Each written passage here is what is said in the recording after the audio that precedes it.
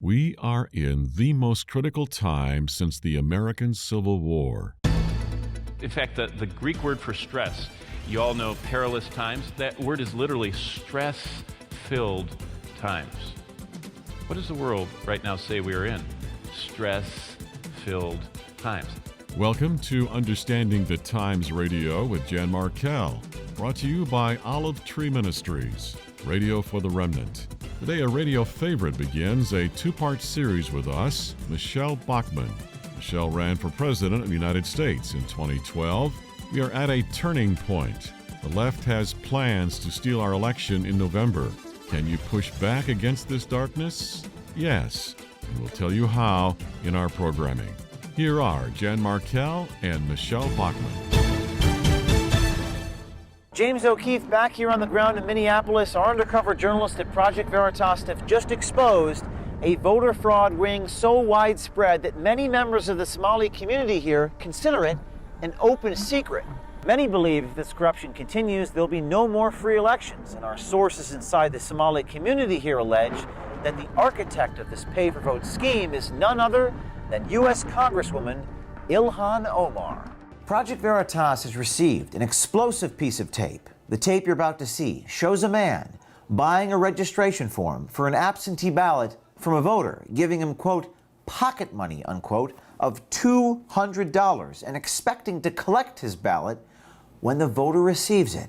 Well, I'm so glad you can join me for today's programming and with a couple of teases that we've run here, including James O'Keefe. I think, we've got a cutting-edge topic and guest with Michele Bachmann. I've had Michele on a dozen times over the years, and you write to me and say that she's perhaps my favorite radio guest that I feature when I can. As anyone who's an observer of the times knows, perhaps the most important election in the history of modern civilization is about to take place in a few weeks. Michele has been very active in campaigning. She's been stumping for President Donald Trump. Had Michele on in April, and we talked about Corona, the concern that is the cure worse than the problem is the shutdown of society in the Western world, almost 200 countries. Is that warranted in light of a virus kind of on the level of the flu, perhaps a little more serious or contagious? Michele, welcome back to the program. Jan, thank you so much. What a full show we're going to have. Oh, I know. Well, we'll do the best we can to make proper use of the time, but I am going back to April. We talked heavily, almost exclusively, for one program out of two at that time, about what was going on in America, and you said to me,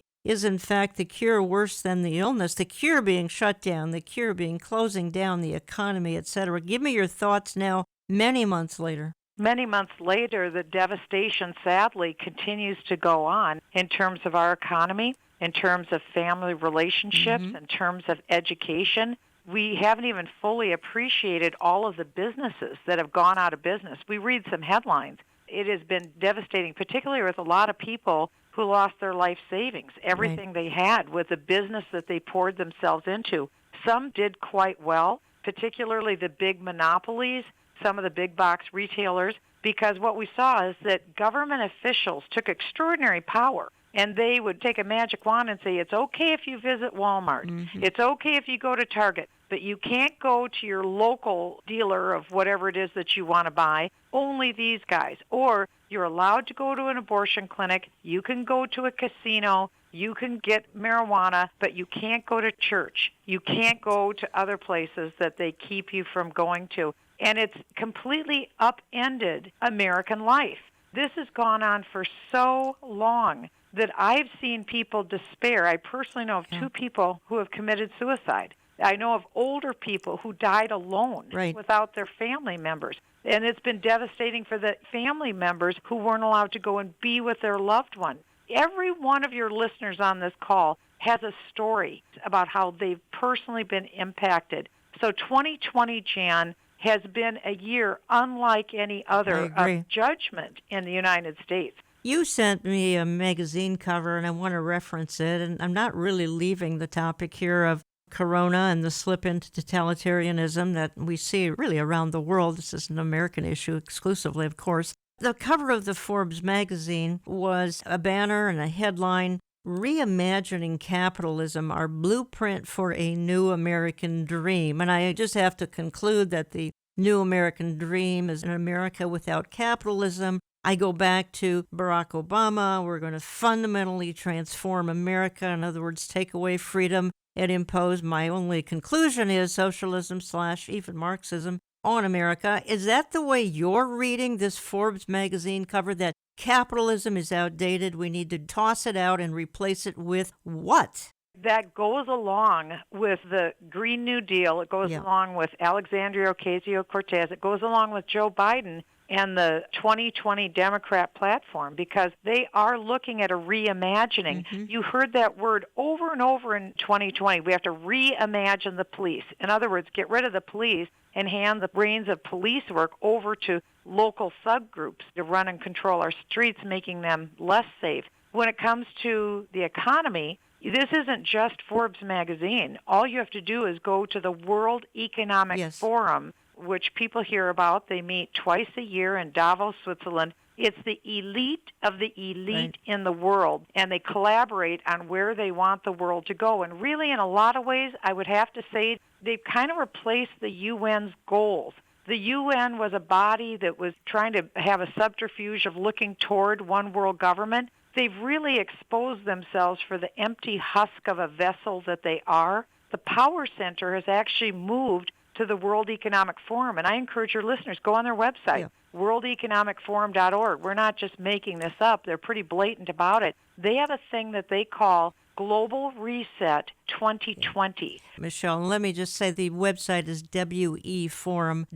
Now, I'm going by memory, so I think it's weforum.org, but go ahead. Okay. They call for Global Reset 2020. That's right. Realize that it's only about 3 months away from now. They are calling for globally, not just in the United States, getting rid of currency in all of the nations in the world and instead replacing it with a global currency.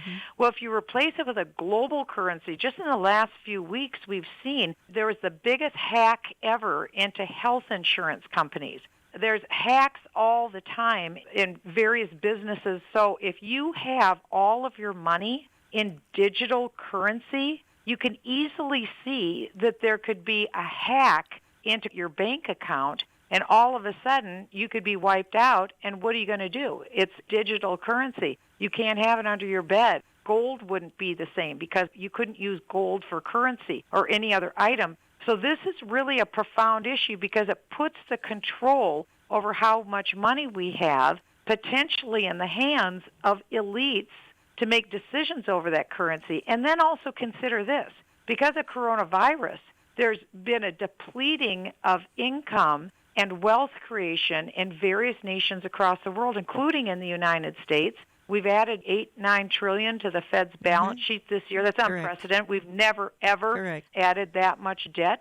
Because of that, I believe that what the World Economic Forum is pushing toward is having countries so stretched out financially that they would collapse. They have no possible way to pay their bills. Well, if that would happen with a few of these great countries, that there would be a collapse with their governments, then you could see that there could be a financial system where the digital currency would be equalized. Well, now there's a collapse. It's a crisis. We have to equalize everybody's digital bank account.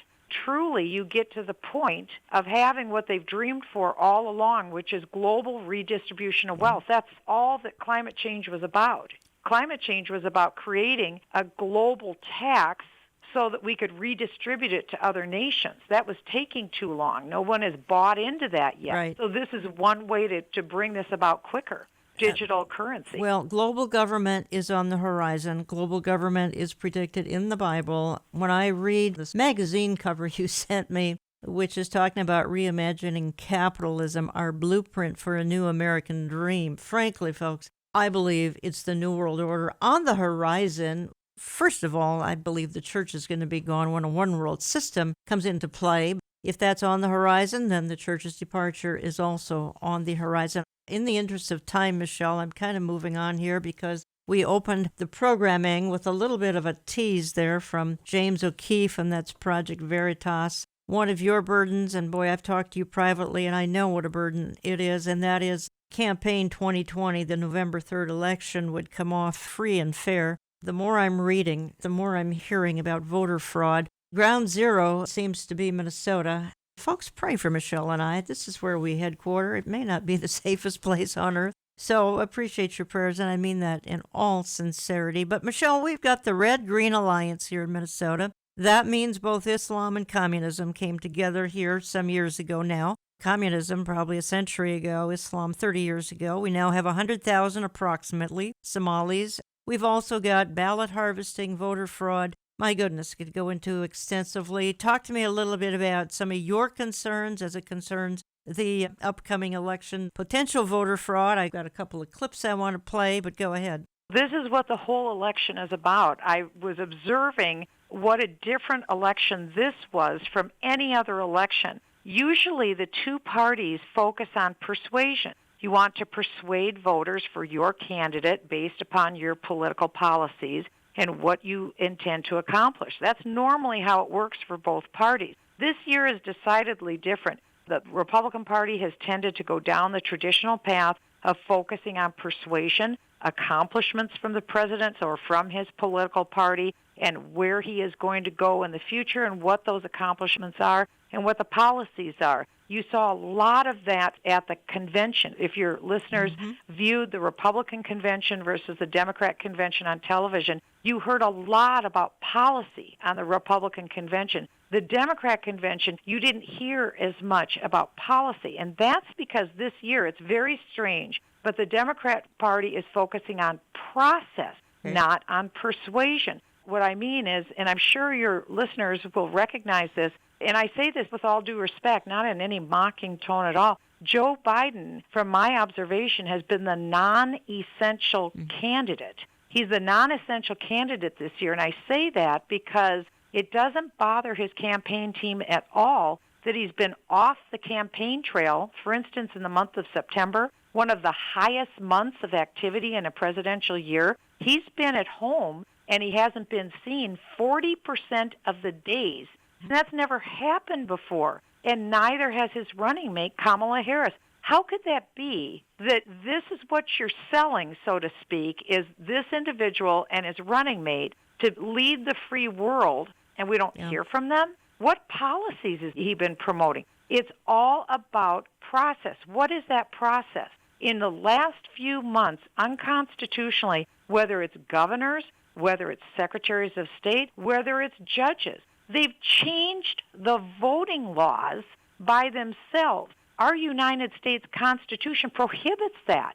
It says only state legislatures are permitted to establish the voting laws in a state. No one else is allowed to. But this summer, unconstitutionally, various individuals changed the voting laws to put into place mail-in voting, what I call cheat-by-mail voting, in order to create conditions for fraud to steal the election. This isn't just a Republican accusing a Democrat. This is demonstrable. This is completely objective to show what it is they've done. Never before in the history of America have we seen all of our voting laws in various states change so that 70-some% of the American population will be able to vote by mail. This has never happened before, and it's all done, Jan, under the context of COVID. We've all been told it's too dangerous to go to the polls. We can go to Walmart, we can go to a grocery store,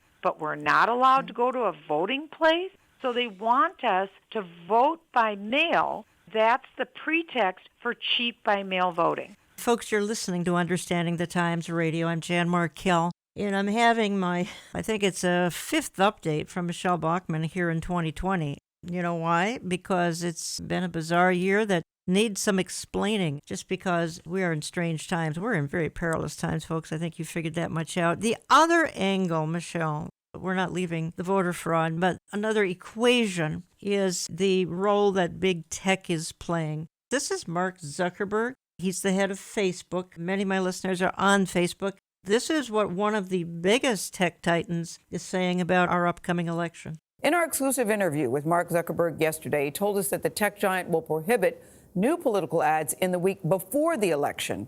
He also says the company is preparing for potential disputes over election results. One of the things that I'm quite worried about after Election Day is that Since it may take additional time for the votes to get counted this year, especially with mail-in voting, there's a greater chance of civil unrest and violence after the election. Some people expected there to be an answer to who won the election on election night. I don't think we're necessarily going to get that.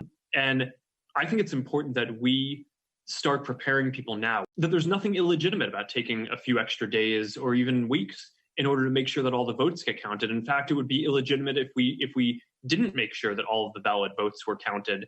Now, let me just add some comment here from a fellow by the name of Alam Bukhari. I believe he's from India. He's writing on Breitbart. He's an exposer of what big tech plans to do for this coming election and already has done. He writes this, but cheat by mail isn't the only factor that could make this a rigged election. This is Mr. Bukhari. He says, as Zuckerberg no doubt knows, big tech's stranglehold on the flow of information will also manipulate votes in favor of the left. In interviews for my book, Deleted, Big Tech's Battle to Erase the Trump Movement and Steal the Election, Mr. Bukhari goes on to say sources inside Facebook, Google, and other big tech companies spoke of a relentless effort inside Silicon Valley to harness technology to prevent the re-election of Donald Trump, often in ways that can't be detected from the outside. Over the past 4 years, Facebook has banned countless pro-Trump voices from its platform, preventing some of the president's most vocal and effective supporters from spreading their message to voters on Facebook. And then I'm going to conclude this quote that I'm taking from Mr. Bukhari. Twitter, like Facebook, says it will censor politicians that claim an early victory, quote unquote, an early victory on election night, a measure clearly announced in anticipation of large numbers of mail-in votes not being counted until after the election.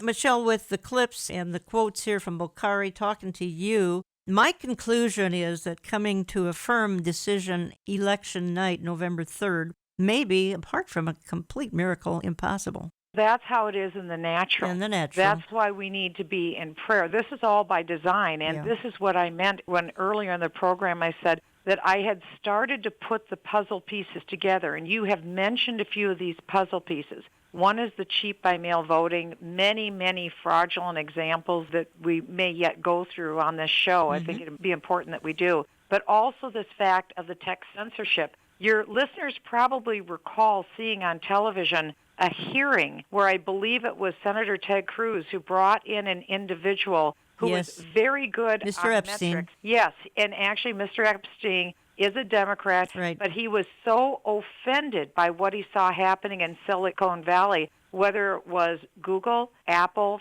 Facebook, Twitter, intentionally shifting the voter towards certain information and away from others. Jan, that's happened to you. Yeah. You've also had your shows taken down. Absolutely. And you've had it so that if these sources don't like what you have to say, they take it down. They see themselves as the arbiters of truth, not you. They are deniers of free speech. It is completely anti-American. And I would also add, they are protected against lawsuits because they're not called publishers. Well, that's all they are. So that's something that has to be changed in federal law. But this is one of the biggest pieces of the puzzle because today we communicate through social media, through Facebook and various forms.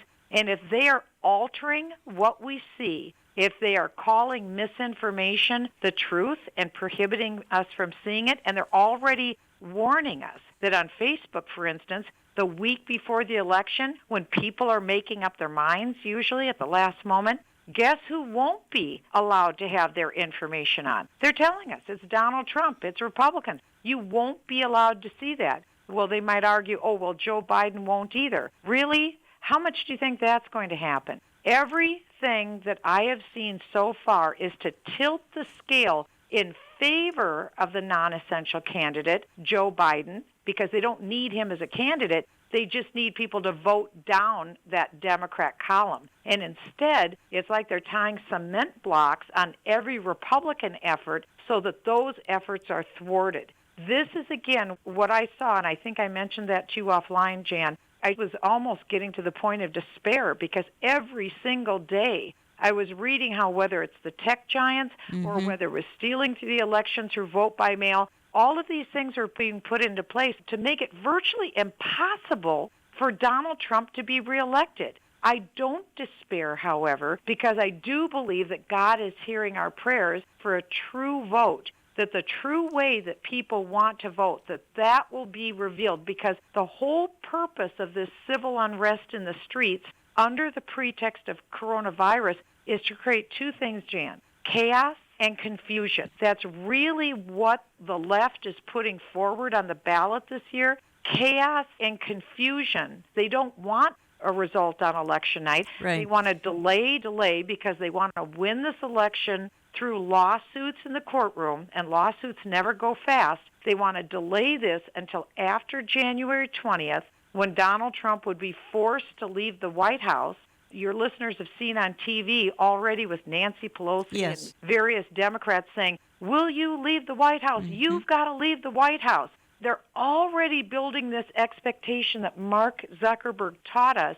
In fact, on that clip, he said, well, this is just normal. This has never happened before. It's not normal at all. This is not normal. And he's trying to downplay the fact that in America, we can't know the results on election night. Absolutely we can. We did 4 years ago. Supposedly technology should be better now than it was 4 years ago. We can easily know what the results are. All right. In a Don't want us worst to case know. scenario, and we don't know, let's say going into January 20th, explain to us what does happen. Does Nancy Pelosi step in as President Pelosi? Help us understand what could happen. You're asking the question that nobody would ever want to ask, which is instability. Are you telling me that in America in 2020, going into 21, we wouldn't have a result weeks into this, destabilizing our country, putting us in a situation of vulnerability to foreign aggression? This is not a small thing. This is a major league thing. And realize this is artificially induced.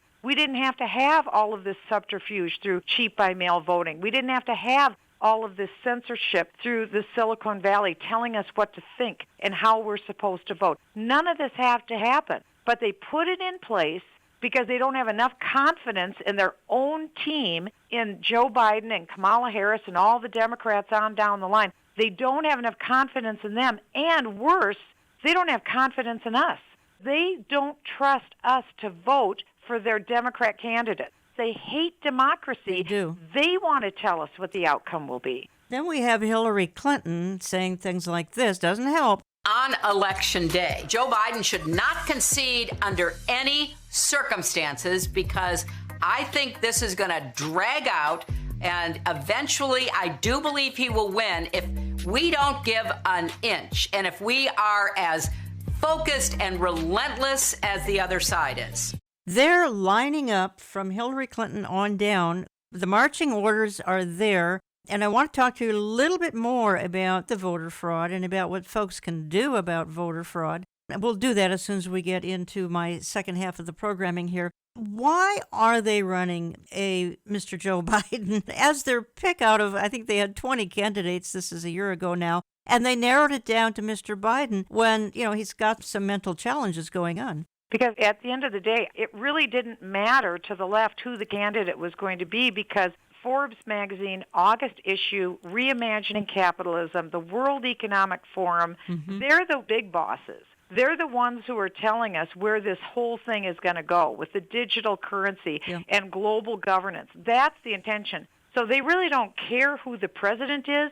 They just wanted somebody who's compliant. Out of all of those candidates who are on the stage in the Democrat Party, who was the most compliant person up there who could be easily managed? And again, I mean no disrespect, he's been called the sock puppet candidate, the Trojan horse candidate, the non-essential candidate, because no one really thinks, after looking at Joe Biden, with all due respect, that mentally he's going to be in a position of having a strong mind and a strong physical constitution, be able to do the work of being president. That's a very tough job. Does anyone think a Fortune 500 company would hire a 78-year-old Joe Biden to run their company? I don't think so. If you wouldn't hire him for a Fortune 500 company, why would you hire him to run the economic and military superpower of the world? Do we honestly think he could stand up to Putin? or to Chairman Xi or to the Iranian mullahs. No one thinks that. Well, his track record is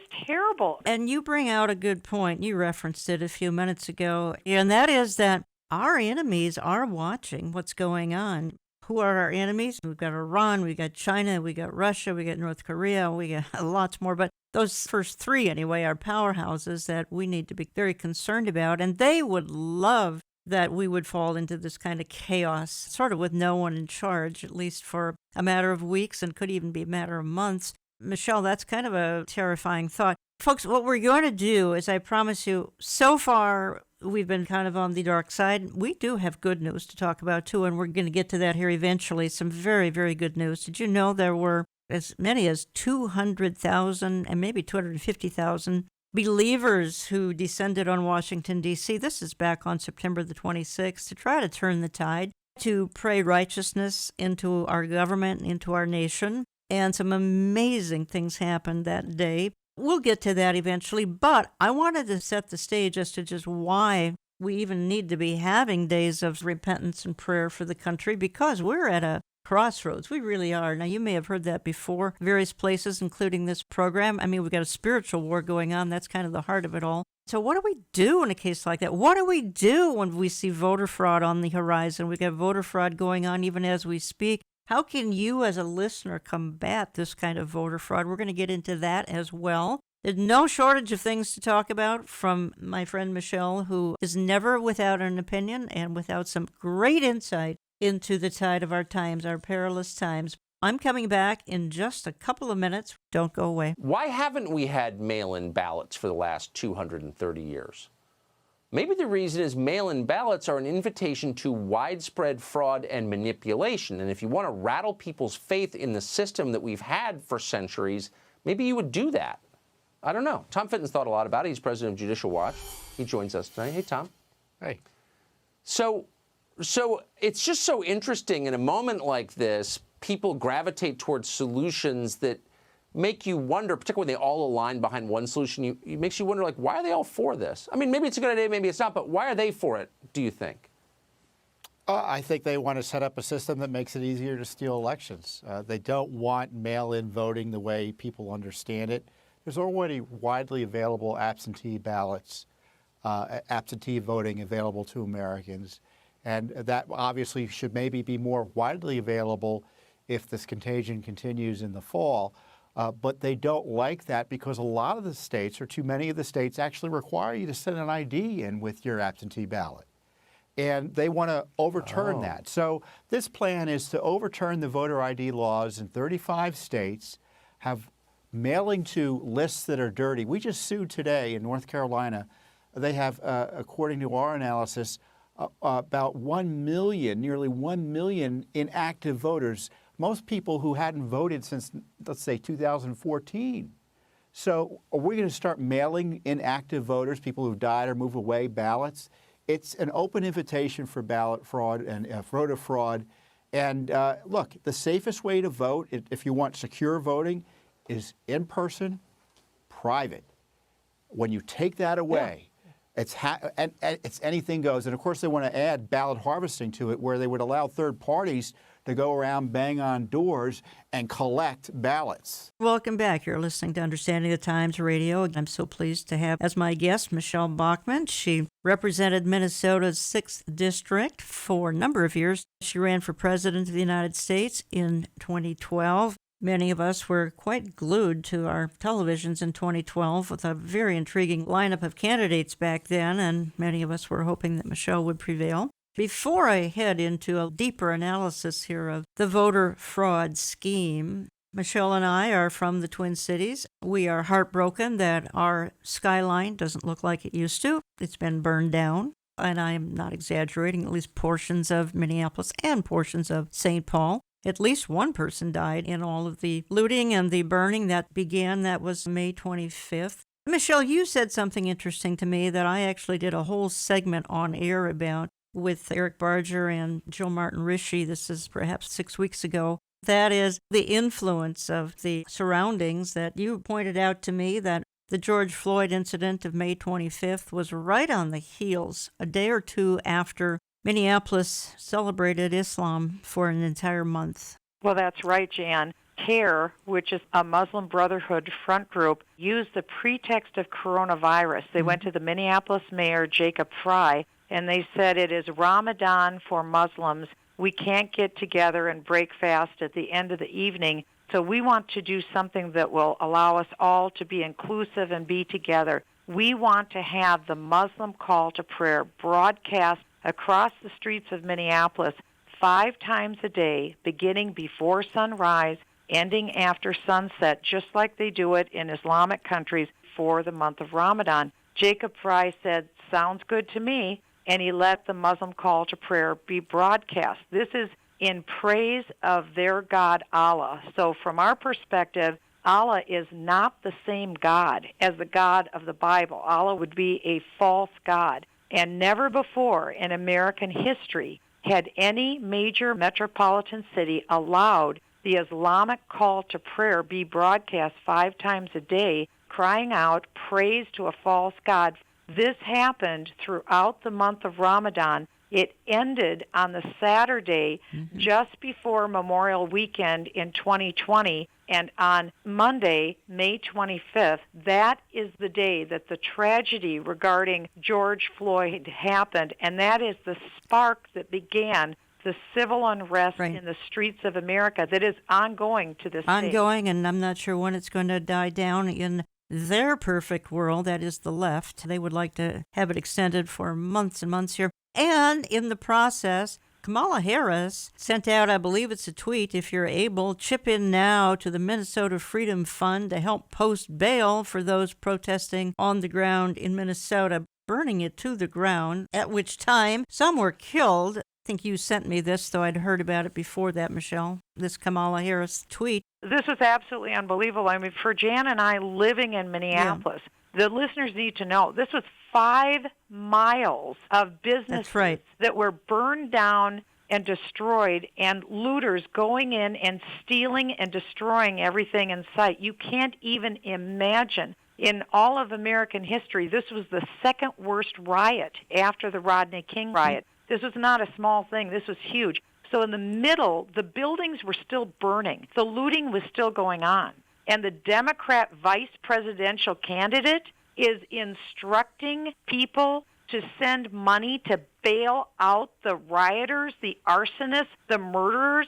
I couldn't believe this. And those on Joe Biden's presidential campaign were sending money to bail out those who were destroying Minneapolis and St. Paul. They were paying the lawless so that they could get back out on the streets, and that's exactly what happened. People would burn down a building. They would go into the jail. They'd have their fines paid for, and literally overnight this fund had like $10 million in it, and they were back out on the street the next day, burning down another building, knocking over an innocent disabled woman. She was sitting in a wheelchair trying to prevent people from looting a Target, and they were beating her in her head, and they were firing things at her face. It was just the most disgusting thing I'd ever seen. Those were the people, the Joe Biden staffers and Kamala Harris, the Democrat vice presidential candidate, were bailing out of jail so they could get back on Minneapolis streets to destroy some more. They were funding lawlessness. They're funding everything that's satanic. Let's be blunt. What's going on is satanic. It's absolute evil, and it needs to stop. And I think it'll only stop when God intervenes. Talking to Michele Bachmann for the hour. You've heard her on Understanding the Times radio numerous times. Let's help folks understand, Michele, a little bit better just how on earth is this voter fraud being perpetrated as we speak, as this is being aired. The voter fraud is happening, and we opened the whole program with a clip. James O'Keefe, Project Veritas, he's the one who's uncovered the Minneapolis connection. Michele, let's go back to the scheme of the voter fraud folks. Help my listeners better understand. It's happening right now as people are listening to this broadcast, and it's been ongoing for the last several months. In the last 4 elections, according to federal election data, since 2012, over 28 million mail-in ballots have gone missing in every election cycle of the last 4 cycles. There's 24 million people who are ineligible, who shouldn't be allowed to vote. and they're registered on state voter rolls. So they should all be purged off the rolls. But what these states have done is they don't care who lives at a residence. They are dumping ballots on every single home in various states, and whoever is there can fill them out or not fill them out. But the ballot harvesting is that a third-party person comes to your house, and that's what Project Veritas showed, that people would go to senior citizen centers. The ballots never got to the elderly. The ballots just went to this person who came and said, hey, give me the ballots. Here's $200. You give me the ballots, I'll fill them out, and then I'll get them into the person who's supposed to count them. So that's what ballot harvesting means. Okay. It means that there's maybe a drop-off box not run by the state. That ballot could go in there, and a third-party person takes those ballots. They could open them up, see how you vote. You voted Republican, they throw it out. If it's Democrat, they reseal it up. They give it back to the official place. Or in the case of Ilhan Omar, it's actually on tape, they show $200 being given to a guy in exchange for his ballot. He was bragging, saying, my car is filled with all these ballots, and he's getting money for every single ballot. They're going house to house. I would say less than 2 weeks ago, I read a headline in the Minneapolis paper that said, in air quotes, a huge number of mail-in ballots was requested for Minneapolis. So let's say I requested 45 ballots at my house. You could do that. Request 45 ballots. And then I sell those ballots to a third person. They give me the money. They take the ballots. They fill them out however they want to. And then those ballots go in. The cheating is done even before Election Day. They have all of these ballots sitting there that they've filled out just the way they want. Election Day comes. People go to the polls and they vote, and they find out, let's see, Donald Trump won here in this precinct. How much did he win by? Oh, he won by 500 votes? Okay, bring me 1,000 votes that we ballot harvested. It's a math game. So we'll put in those 1,000 ballots. Okay, now Donald Trump just lost by 500 votes rather than winning by 500. That's how it's being accomplished. So, for instance, in the last election in 2018, there were, I believe, 5 or 6 congressional seats in Orange County, California, and they were all won on election night. But over the next days, as they counted these, quote, fake mail-in ballots, they got all the ballots they needed, and guess what? Every single race was lost. It was won by the people who came to vote, but all the phony ballots flooded and diminished the real vote, so that at the end of the day, Orange County, which was all Republican, today in the U.S. Congress is all Democrat because those races were all stolen. Also on the clip, Jan, it is shocking, but an individual from the Somali community states the reason why they're paying people for ballots is because it's all about defunding Israel. That's what's important for your listeners to know, because they could choose somebody else from the Somali community to sit in this seat, but they want her because she's dedicated to defunding Israel. So one of the head people in the Muslim community is saying that on this tape, and it's absolutely shocking. Very interesting. Appreciate that extra insight. So they're targeting certain states, particularly that President Trump won in 2016. That's right.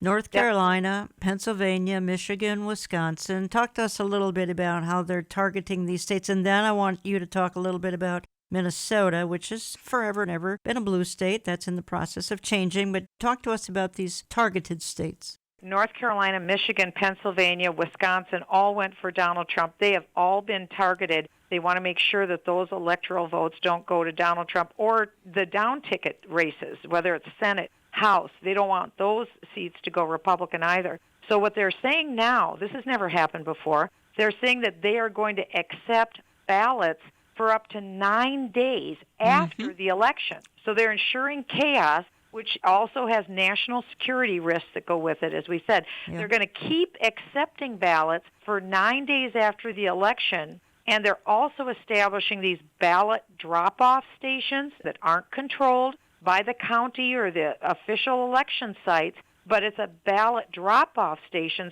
Let's say you requested 30 ballots to come to your home. That's obviously illegal. So you're going to take them and drop them off at this box, and then they'll be, quote, harvested and taken to the actual site where they're going to count votes at the end, and then all of these illegal ballots then will be counted if they need to have them to get the final result that they want. And remember, again, the whole pretext for mail-in voting was coronavirus. It's too dangerous to go vote in person, so that's why we have to do this. So, for instance, in North Carolina, they're counting all the ballots that are postmarked and received 9 days after the election. So we're all supposed to sit here. We have Election Day. We turn on our TV thinking we're going to hear a result. How can we? Because there's an additional 9 days in Michigan, another 9 days in North Carolina, another 9 days in Pennsylvania. We're all having to continue this agony of not having a result. They also are allowing the voters to correct rejected ballots. Somehow the ballot wasn't filled out right.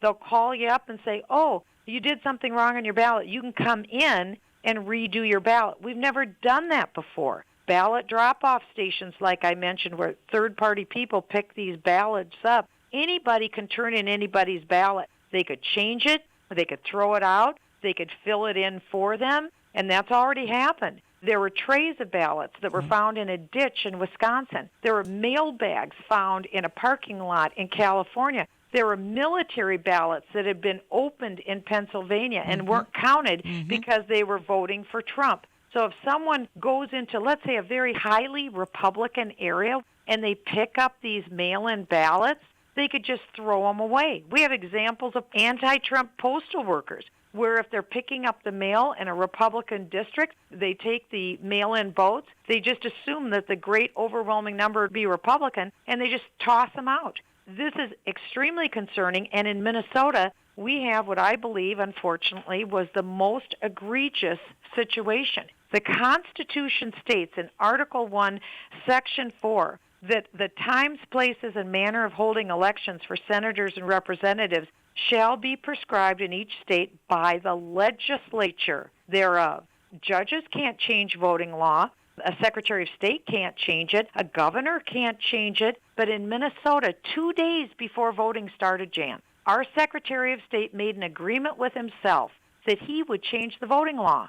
And what's the voting law now in Minnesota? You can vote up to 8 days after the election if you want to. You don't have to have any witness on your ballot to show who you are, no voter ID, no notary. And in Minnesota, no other state does this. You don't even need a postmark. So what this means, Jan, is if somebody wanted to, they could just print up their own ballots and they could fill them all out the way they want to. Nobody'd ever know the difference. And then you just have boxes and boxes of ballots sitting there so that at the end of the day, who's ever doing the counting, you're allowed to take all these other ballots and say, how many more votes do we need? Okay, let's pour them in. We'll get our result. That's the state of Minnesota. We've never, ever done that before. So now there's lawsuits that are filed in these states saying, hey, this was unconstitutional. You didn't have the right to put this into place.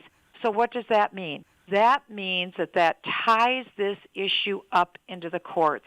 That could be months and months. So this is a mess. And again, what are the two pillars that you and I talked about earlier? Their whole ball game is chaos and confusion. That's the intent. This isn't a surprise. This is what they planned. They want chaos and confusion for this election, so we won't have a result, so that Donald Trump will be forced out of the White House January 20th. It throws the whole thing up in the air, and they have full confidence that they can put this before a phony judge in these various states and get the result they want, which is a Joe Biden presidency. You're listening to Understanding the Times Radio. I'm Jan Markell.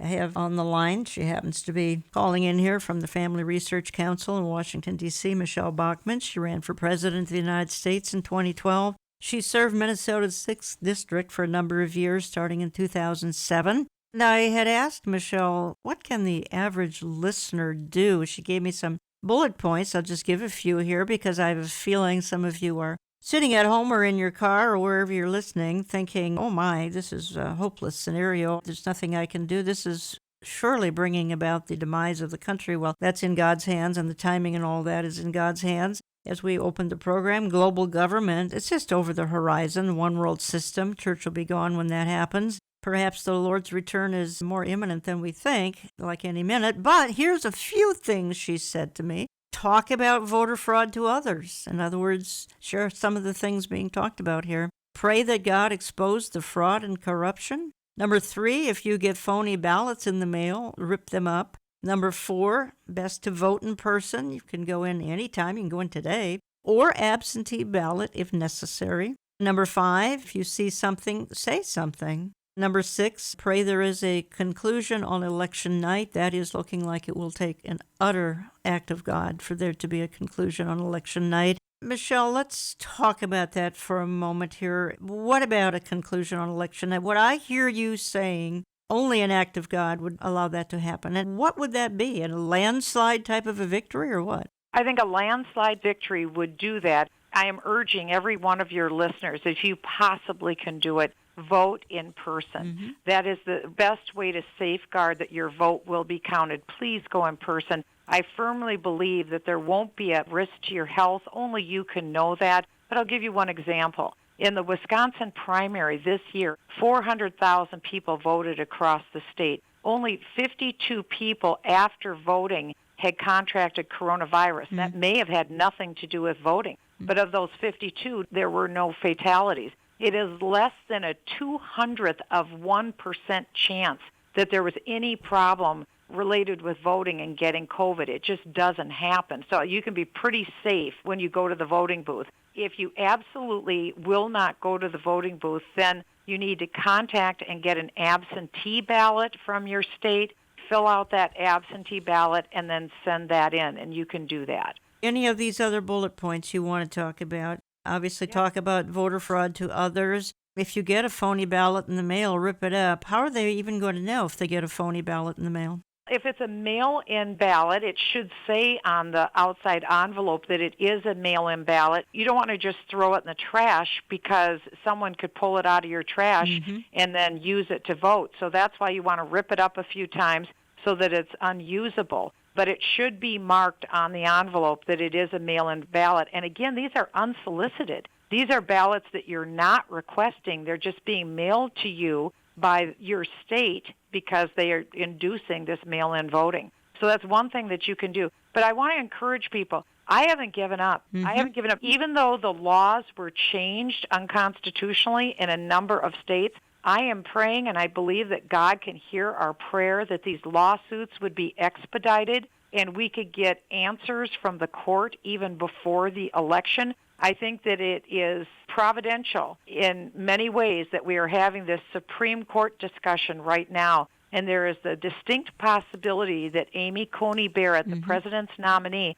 will be not only nominated, but will be confirmed prior to the election. Apparently the president has the votes in the Senate, and we need that because today the court would be a 4-4 decision. We have to have a tiebreaker, so she could be a tiebreaker. That doesn't say how she'll vote. No one knows how she would vote on any issues that would come to the court, but certainly I think that election law decisions will come to the court, and we have to have a complete odd number on that court of the 9, and I think that she will be confirmed. I think these lawsuits could prevail. I think these states, the mail-in ballots would be construed as ineligible, and so therefore they would only count in-person voting. So again, that's why I would suggest do not do mail-in voting, only do in-person voting. I think it's still entirely possible. God is hearing our prayers, and I am committed. I'm in Washington, D.C. every day. My purpose being here in Washington is to pray. I felt the Lord was calling me here. This is an existential election, meaning will America exist after this election? Right. How will we go on? That's a good question. Very seriously, but I have great hope in the Lord our God, and I am crying out to him as long as many, many other believers are crying out to him for our nation, for this election. And like I said to you, I came to such a place of despair because every hurdle that man was setting up meant that it'd be impossible for Donald Trump to win. But I think that is when God gets the greatest glory. When it is impossible for man, it is possible for God. And I have great belief and great hope that God is going to hear our prayers in this election, and show his greatness. We didn't think it was possible in 2016 to see the result we saw. That was miraculous. People said it over and over again. I think this will be an even greater miracle, but I believe that God is capable of overcoming chaos, because where does chaos come from? The evil one. Where does confusion come from? The evil one. And greater is he who is in us than he who is in the world. Absolutely. And the Bible also says perfect love casts out fear. What's happened in 2020, beloved, because of this pandemic? Fear. Fear has gone into the hearts of even young people. I've never seen young people more fearful from this coronavirus. But perfect love casts out fear. So we don't have to fear. We have no reason to be fearful.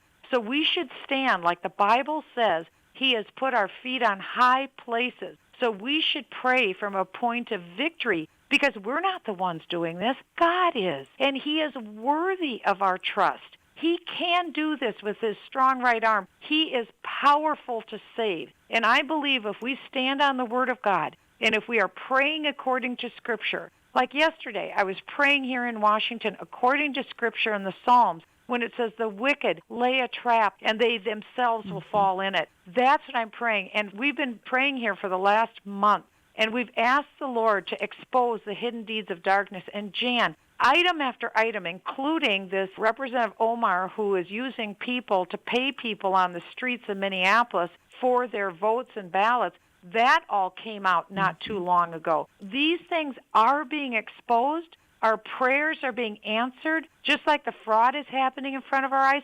So, too, the prayers are being answered in front of our eyes.